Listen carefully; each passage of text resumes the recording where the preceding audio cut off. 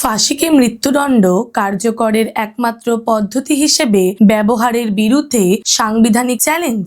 ধারা ১৫৬ এর অধীনে খারিজ হওয়া আবেদন পরবর্তী এফআইআর দায়েরে বাধা দিতে পারে কিনা সে বিষয়ে একটি রায় এবং নির্বাচনে কালো টাকার প্রভাব রোধে গুরুত্বপূর্ণ নির্দেশনা। চলুন এই সপ্তাহের সুপ্রিম কোর্টের গুরুত্বপূর্ণ আপডেটগুলো দ্রুত দেখে নেওয়া যাক।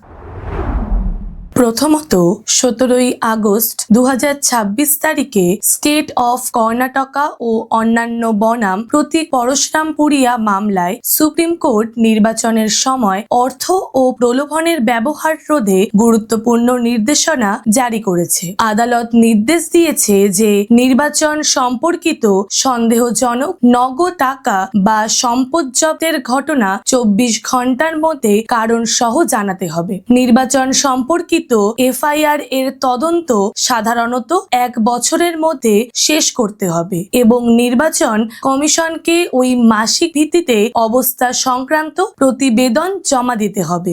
১০ লক্ষ টাকার বেশি নগদ অর্থের বিষয়টিও আয়কর কর্তৃপক্ষকে জানাতে হবে।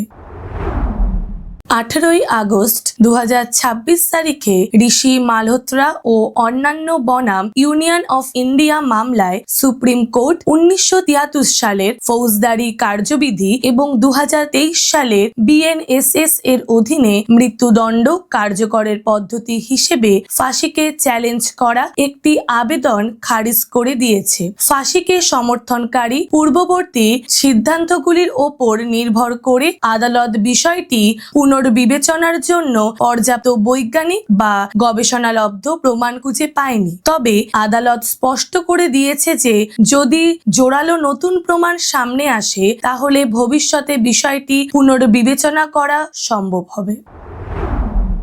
অবশেষে ১৯শে আগস্ট ২০২৬ তারিখে প্রমোদ কুমার শুক্লা বনাম উত্তরপ্রদেশ রাজ্য মামলায় সুপ্রিম কোর্ট রায় দিয়েছে যে ১৯৭৩ সালের ফৌজদারি কার্যবিধির ধারা ১৫৬ এর অধীনে একটি আবেদন খারিজ করা হলে তা একই বা অনুরূপ অভিযোগে পরবর্তী এফআইআর দায়েরে বাধা দেয় না। এই ধরনের খারিজ মামলার গুণাগুণের ওপর চূড়ান্ত সিদ্ধান্ত নয় এবং এটি রেস জুডিকেট এর আওতায় আসে না। যেখানে একটি এফআইআর আমলযোগ্য অপরাধ প্রকাশ করে সেখানে প্রমাণ সংক্রান্ত প্রশ্নগুলির নিষ্পত্তি অবশ্যই তদন্ত এবং বিচারের মাধ্যমে করতে হবে।